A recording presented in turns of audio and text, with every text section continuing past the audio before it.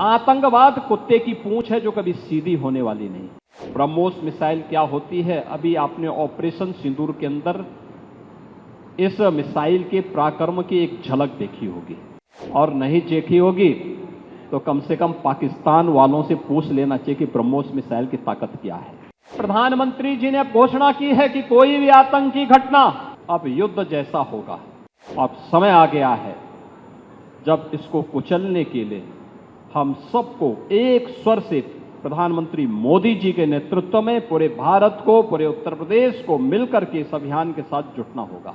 BrahMos missile क्या होती है, अभी आपने ऑपरेशन सिंदूर के अंदर इस मिसाइल के पराक्रम की एक झलक देखी होगी, और नहीं देखी होगी तो कम से कम पाकिस्तान वालों से पूछ लेना चाहिए कि ब्रह्मोस मिसाइल की ताकत क्या है।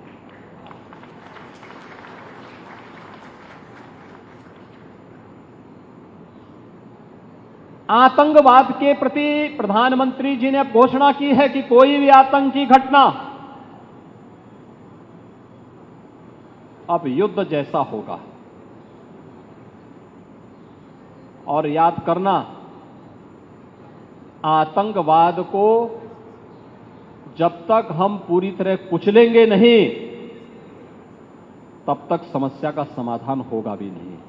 अब समय आ गया है जब इसको कुचलने के लिए हम सबको एक स्वर से प्रधानमंत्री मोदी जी के नेतृत्व में पूरे भारत को, पूरे उत्तर प्रदेश को मिलकर के इस अभियान के साथ जुटना होगा। आतंकवाद कुत्ते की पूंछ है जो कभी सीधी होने वाली नहीं, जो प्यार की भाषा मानने वाली नहीं है।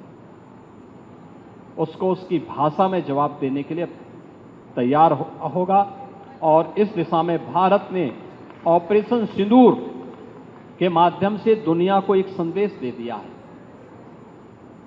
उत्तर प्रदेश के अंदर जो 6 के 6 नोड डिफेंस मैन्युफैक्चरिंग कॉरिडोर के हमारे विकसित हो रहे हैं, इन 6 के 6 नोड पर हमारा कार्य तेजी के साथ आगे बढ़ रहा है। इससे पहले हम लोगों ने कानपुर में, वहां पर रक्षा सेनाओं के लिए जो गोला बारूद बनता है उसके उत्पादन के एक केंद्र का वहां पे शुभारंभ किया था। बहुत बड़ा केंद्र बना है, आप जाएंगे अत्याधुनिक केंद्र है।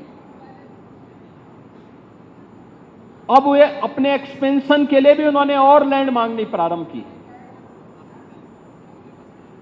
लखनऊ में भी आपने देखा होगा कि ब्रह्मोस को जैसे ही 200 एकड़ लैंड दी गई तो अब पीटीसी भी यहां पर आया है। पीटीसी के कार्यों को आपने देखा होगा कि न केवल ब्रह्मोस के लिए बल्कि एरोस्पेस से जुड़े हुए उन सभी कार्यों के लिए उनके द्वारा एक एंकर यूनिट के रूप में यहां पर उत्पादन कार्य अपना प्रारंभ भी किया गया है।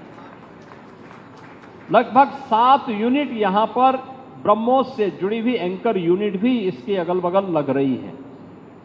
ये चीजें दिखाती हैं कि जो कभी 2013-14 में भारत के अंदर भारत का जो निर्यात था रक्षा उत्पादन के क्षेत्र में, आज हम उससे कई गुना ज्यादा, यानी कई 100 गुना ज्यादा रक्षा उत्पादन निर्यात भी कर रहे हैं, और आत्मनिर्भरता के साथ साथ दुनिया के तमाम अपने मित्र देशों को इसको निर्यात करके उनकी सुरक्षा की आवश्यकताओं की पूर्ति करने का काम भी कर रहे हैं।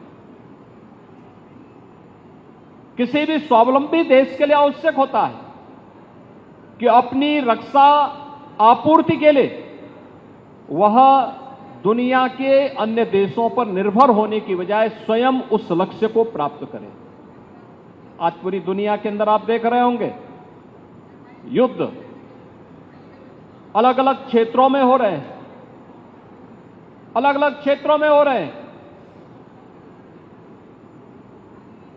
उन क्षेत्रों में अगर आप देखेंगे कि अगर जिन देशों के पास अपनी स्वयं की रक्षा उत्पादन की क्षमता नहीं है, वे देश इस प्रवर्तमान अभियान के एक अलग थलग पड़े हुए दिखाई देते हैं।